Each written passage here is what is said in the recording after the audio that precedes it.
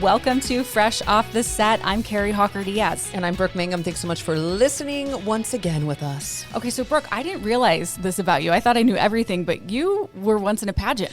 I did a beauty pageant, guys. You can tell it did not pan out. I am not for pageants. I did make it to the top 10, Kari.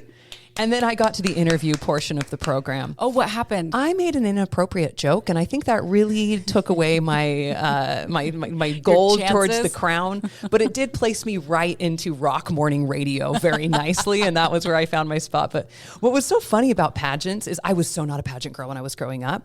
It was just something that was recommended to me, and I kind of went in with like the anti-pageant idea, because we all have our stereotypes, right? Of they're pageant girls, pageant princesses. They're usually the stereotype is maybe not that smart, all that stuff. But what I discovered doing a pageant, that is not the case at all. Oh my gosh, that's so true. So not the case. I chatted with Paris Matthews, who is an incredible human being. She works at Primary Children's Hospital, and she helps kids. I believe it's child life specialist. She helps kids with the power of play. So like if your baby's getting an IV and they have a needle coming towards them. How scary is that for a parent? She's distracting them, playing with them. And Angel on this earth. Yes. And she is so smart. She is so kind. She is a phenomenal human being who I think absolutely deserved this crown. And we get to know her a little better on this podcast. I'm really excited to share this with everyone. Should we give it a listen? Yes, she's a much better human than we are, Kari. Let's just embrace that. Let's listen to this amazing, beautiful soul. Done. Paris, I am so excited to chat with you today. Thank you for sitting down with me. Yes, thank you. I can't wait to talk to you again a little bit longer than our last conversation. Yes, we had you on the show, but it's fun because we get a little bit longer now to be able to chat. How does it feel, first of all, now that it's settled in a little bit, to be Miss Utah? It still feels like an absolute dream come true. Every day I have this realization. It's about halfway through the day when I'm like, wait, I'm Miss Utah and I'm going to Miss America and this is real life. And so I kind of have this new fulfilled gratitude every single day that I have this realization that, I did win and I am Miss Utah. So it's still a shock, but I'm reaching the month mark. So hopefully by then I feel a little more normal. Yay. Okay. And since being crowned, what sort of initiatives have you been working on and what events have you attended? Yeah, so my community service initiative is the Power of Play, advocating for hospitalized children. And so I'm getting the ball rolling and, planning out how I'm going to involve the community in giving back to hospitalized kids. So I'm planning on some toy drives and events and community service opportunities that I can really do all throughout Utah. But my favorite event that I've done so far is a Dream Night event that I went to at the Hogle Zoo with a lot of other princesses and mascots here in Utah. And it was a night for children who have medically complex histories and diagnoses. And so it was a private event, just the Hogle Zoo and these kids and their families. And it was really special to me because I'm a child life specialist at Primary Children's. And so being able to connect with these kids that I work with on a daily basis in my career, but now be on the Miss Utah side was so special to be able to connect with them on a fun night out. Sure. Okay. And let's go back to the Power of Play. It's a nonprofit that you started. Tell us what it is and what you envision for the future of it. Yes, the Power of Play is my licensed charity. So we're coming up on our 2-year mark since I founded it. And so far, I've collected over 5,000 play items to be distributed over the years, and I hope to increase that as Miss Utah. And kind of like I mentioned before, those toy drives are really essential to providing these play opportunities for kids. Here at the hospital I work at, the Children's Hospital in Utah, we rely solely on community donations for our one-time use items. And so they go through really quickly, and we're often out. And so it's these one-time items that I collect, which are Play-Doh, bubbles, Hot Wheels, coloring books, those items that can't be cleaned, because of course at the hospital we need to keep it clean for everybody. And that's what we're really lacking. So promoting the power of play and involving community give back through toy drives, but also those service opportunities. I've, been able to connect with different community groups, different church groups, different youth city councils, and we do things like fleece tie blankets and making craft kits. And not only is that a great service opportunity, but you're also giving back to hospitalized kids. And I really love service. And so I'm excited to connect with people in Utah in the service aspect in my charity as well. Oh, that's so powerful. Paris, that's amazing that you're doing that. And I know that relates to your job at Primary Children's Medical Center. Tell us more about what you do there. Yeah, so I am a certified child life specialist, and most people are like, what is that job? I've never heard of that in my life. And so I could probably speak for 10 minutes to really encompass all it is. But the short version that I say to children is I'm kind of like a teacher for kids about hospital stuff. And my whole job is to make being here easier, and I'm in charge of the toys and fun stuff. And so I personally work in the emergency department and our rapid treatment short-term stay unit, as long as infusions. But emergency medicine is really my favorite. And so what that looks like is a lot of developmentally appropriate procedural preparation using soft language and play. So children learn through play. So that's also where my charity kind of ties in the power of play. And so I teach kids step by step and assess how they're going to cope with a procedure. And then I create coping plans with the patient and their families to make it easier through play throughout the procedure. So just this morning, I was able to do sutures with a kid and prepared them by showing them a baby doll that had stitches on it already and talking about how they're string band-aids. And so 4-year-old's not going to understand what stitches are. So you say, these are my string band-aids. The doctor word is stitches, but then we'll continue to use the soft language about string band-aids. And then I say some kids, they might feel a little nervous because this is their first time doing this, and that's okay, but they like to play to make it easier. And I kind of cater the experience to them to normalize the environment. So do you like Bluey? Do you like Paw Patrol? Do you like princesses? And I'll bring in an I Spy book and we'll play I Spy for some alternate focus to normalize the environment and decrease stress and keep a calm environment throughout the procedure. And then I also bring in light spinners and stress balls. And, it kind of depends on the age and developmental level of the child. And people often think I don't work with teenagers, but I also work all the way from 1 day old to 18. And so the power of play really can be for anybody, but that's my role as a child life specialist, along with some sibling support, therapeutic play, diagnosis education. And as child life specialists, we also do grief and bereavement support for children who lose their lives and helping those siblings understand and say goodbye. Your role is so essential and important. I actually know exactly what you do because I've experienced that when we had our daughter at Primary Children's. She was 3 and 4. We had her there 2 different times. And oh, wow. They helped basically distract her when they were putting in the IV. And they had this really cool, like glowy instrument that they were like showing her this cool thing, and she had no idea that they were putting an IV in because I know, you guys are so good at your crazy? job. It's really essential and it is so important. So thank you for all you were doing for those kids. Oh yeah, of course. I'm glad you had a positive experience. Yeah, sometimes they'll do a needle stick and the kid won't even react, and that's like the power of distraction. So I'm glad that you had a positive experience. Yep, that's what your job is. What do you love most about working with kids, would you say, and teens? Oh, yeah. I think it's probably when they come into the hospital and they're completely terrified and have so many misconceptions, and being able to educate them and then empower them that they can do hard things. And sometimes it is still hard, even with the distraction too, but, really validating them that they're still doing the hard thing anyway.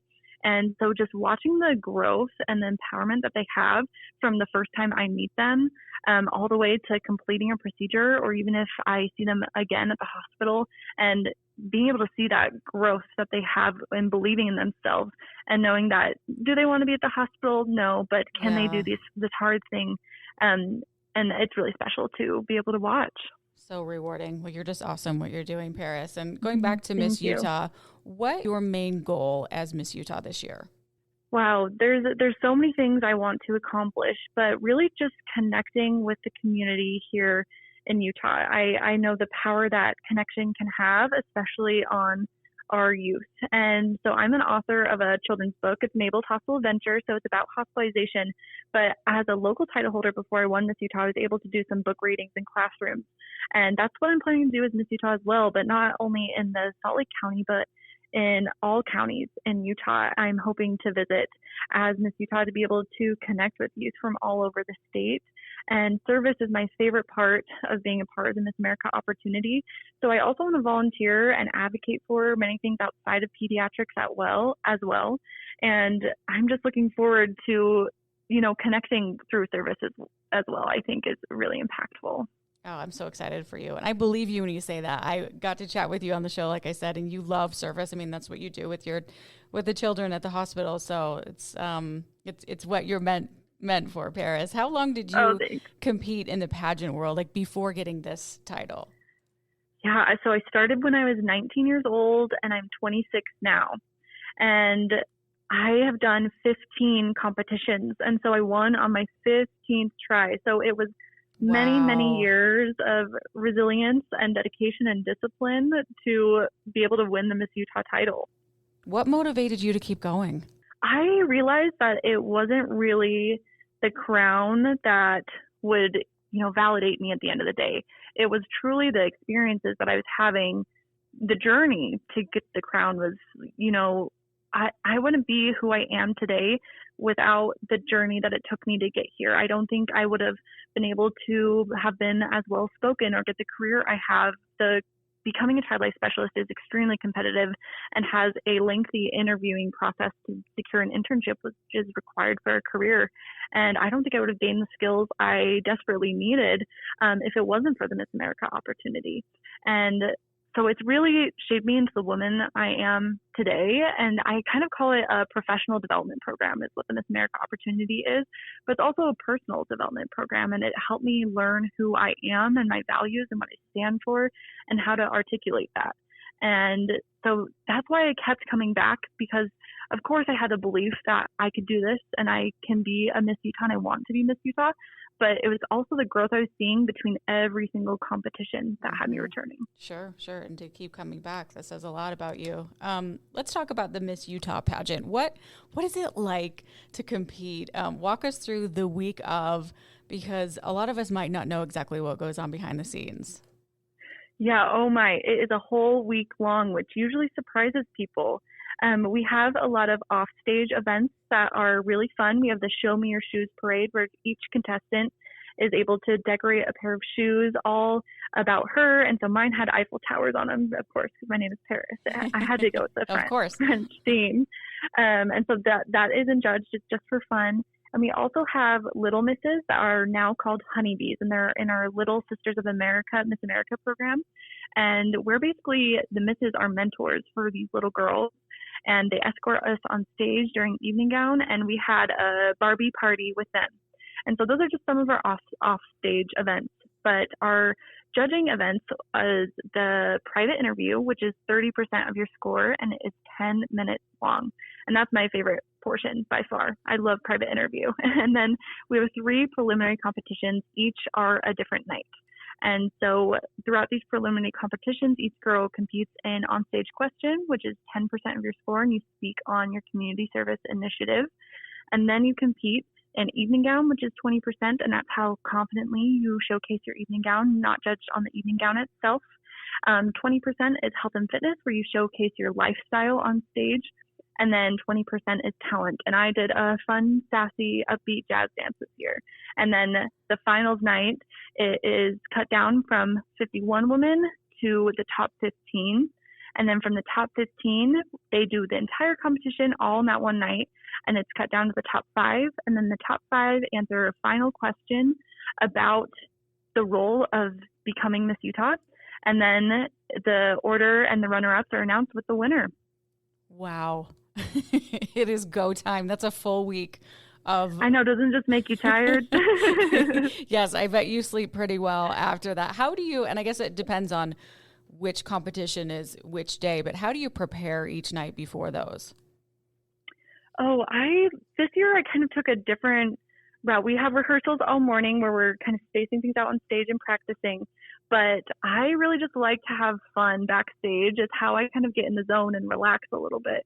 And we each have roommates, and we stay at a hotel the entire week too. And so me and my roommate would stay up much too late. I would say about 2 a.m. every night, just giggling and laughing and talking about the week. And that really helped me prepare, because it was me just being myself. And I think that's what I really was able to showcase on stage this year. That's so cool. Are there any big challenges that you face leading up to the competition or over the years competing that you can think of?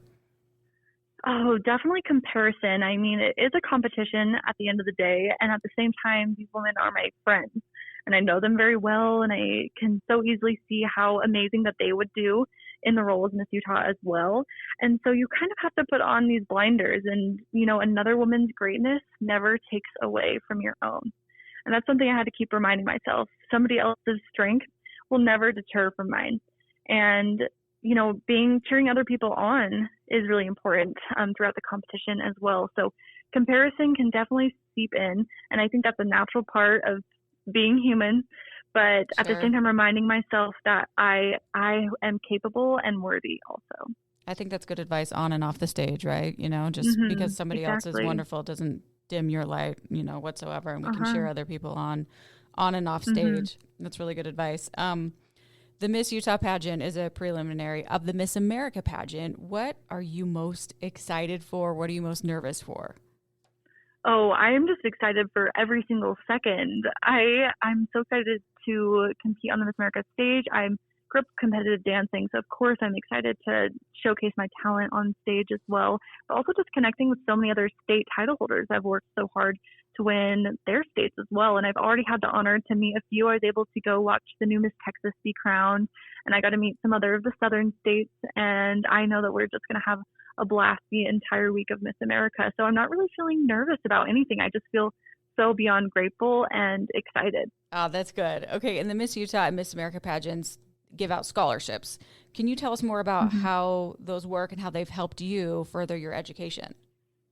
Yeah, before I won the title of Miss Utah, I was a local title holder and competed at Miss Utah last year, and I was able to win a few $1,000s that went to my undergraduate degree. I graduated from the University of Utah back in 2019, and I have a lot of debt from that. And so a few of those $1,000 went towards that, which really helped relieve me. But now that I won the title of Miss Utah, I won $15,000, which is $5,000 more than what is typically awarded to Miss Utah. And that's going to help me pursue my master's degree in healthcare administration that I'm currently doing. And Miss America is the largest provider of scholarships for women in the entire United States. And so I'm so proud to be a part of this organization that really promotes education for women. Wow, that helps a lot. That's phenomenal. That's really cool. Okay, and the Miss America pageant is different from other pageants because of the talent phase of the competition. We hear that at the Miss America pageant, Miss Utah has won more preliminary talent awards than any other state.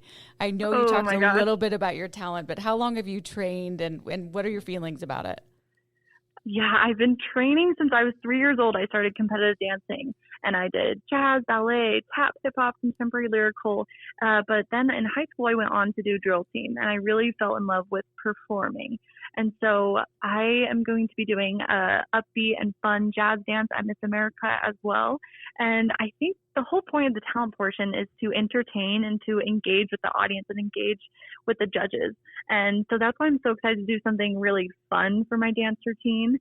But isn't that amazing that the women in Utah have won more talent preliminary awards than any other state? I just think that goes to show how disciplined and dedicated our women here in our state. And I'm so excited to represent them. Go Utah. And I'm actually not surprised because we have a lot of talented dancers and musicians and I mean, just so much talent here in Utah. So I wasn't surprised by definitely. that, but that's very cool. Okay. Thinking about future, Paris, what are your future aspirations like beyond your reign? Yeah, well, of course, I want to continue being a child life specialist. That is my dream career that I'm already in. I've been doing it for 3 years, and I want to continue working clinically as long as I can. But I am pursuing my master's in healthcare administration, and my long-term goal is to become an executive of a children's hospital and really advocate for the psychosocial support and proper pain management and just for these patient and families on an executive level and an admin level as well. Continuing to promote my charity Power of Play and being able to utilize these items that are being donated properly within hospitals and making an impact. So I just want to keep continuing, what I'm doing now. Sure. And I know you'll make that happen if that's what you want, Paris. I can't wait to see. And going back to the Power of Play really quick, how can people help your nonprofit? I have a website. It's powerofhospitalplay.com. here you can find my Venmo, where you can just Venmo directly, and I will personally go buy toys for the hospital and donate them. I also have an Amazon wish list where you can purchase toys directly there that I will deliver to the hospital. And I will always be posting updates about current toy drives that are happening that I'm still planning out for this year. And my email and contact information is there as well. If you or a community group would like to do a service activity, like I mentioned earlier, like fleece type blankets or craft kits, you can just shoot me an email at powerofhospitalplay@gmail.com. I'd be happy to involve you. That's great. If someone's listening right now and wants to help, that's how you can do it. And I know how kids benefit from that. So thank you for doing that, Paris. Mm-hmm. Okay, one last big question. What advice would you give to young women who are considering participating in pageants like Miss Utah? Just go for it. I think it can be so scary, especially if you've never done it before or even considered it before. I think there's a lot of stereotypes that you have to always have been a pageant girl, and you have to be made for this, but it's Miss America opportunities for anybody. And it's also a scholarship program. You can earn money for going to school while you're competing. And so what is there to lose? I just really would advocate for women to sign up, to give it a try. It can be scary to do things for the first time. And that's what I tell my kids at the hospital all the time. When I was 19 and first did it, I couldn't even say my onstage question fully. I put the microphone down halfway because I didn't know what I was going to say. But that's okay, because it helped push me out of my comfort zone. And I think that's what this program does. And so my advice is to just go for it. And I'm always happy to give advice too. So if anybody wants to reach out to me, you can always send me a message on Instagram at ParisJM. I'd be happy to give you some advice and that extra push you need. Oh, that's really good advice. Some things, those great things happen outside of that comfort zone. Those wonderful things that are scary. It's always outside of that comfort zone. That's really good advice. Okay, we're going to wrap up with what we call the Fresh Five. Are you ready? I am ready. Okay, number one, Netflix or Hulu? Oh, that's really hard. I'm watching Bridgerton right now, so I'm going to have to go with Netflix. Okay. Are you a texter or a caller? Oh, dang it. I like them both. I love texting and calling. I wish I could just pick in the middle for all of these, but I'm going to go texting. Okay. All right. It's brunch, Paris. What are you ordering?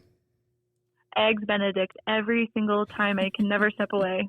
That's a favorite of mine too. Okay. Long nails or short nails? Long nails. I've had acrylic nails for about a year straight, and I don't think I can ever go back. Yep. So that's bad for my wallet, but I really love them. But it is what it is. Okay, last one. Yeah. Would you rather have a successful blind date with your crush or a blind date fail with a celebrity crush? Oh, definitely blind date fail. That would be the perfect story to tell all the time. That's exactly what I want. That's amazing. Okay, Paris, it's been so fun chatting with you. Where can we follow you and follow your journey? Yes, thank you so much. You can follow me on Instagram. My personal is at ParisJM. My Miss Utah one is at Miss America UT. You can also follow for Miss Utah and Miss America updates at MissUT.org. And you can also, of course, visit my website, powerofhospitalplay.com, to figure out, to learn more about how you can give back to hospitalized kids. You're incredible. Thank you so much for joining us. And I am so excited to see what the future holds for you. I know so many people are watching and excited for you as well and cheering you on. Oh, that means so much. Thank you so much for having me. Sure. Thank you, Paris. And thank you for listening to another episode of Fresh Off the Set. Please rate, review, and subscribe. And we will see you next week. Congrats, you made it to the end. If you want to continue to freshen up your day, you can watch us on Fresh Living every weekday on CBS Channel 2 in Utah at 1 o'clock. You can also watch us on our YouTube channel, KUTV Fresh Living, and follow us on social media. We will see you next week.